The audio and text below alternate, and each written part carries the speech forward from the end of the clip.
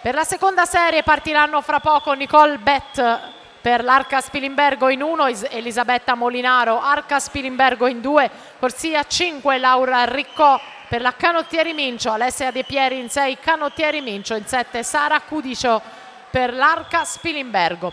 Assente in questa serie 3 Ruzzenente, corsia 2, assente anche la Perrotti in corsia 7, nella prossima, la serie 2, sono assenti Corazza in 3, Troncon in 4, intanto la Bustaffa che va a concludere in 37 e 13.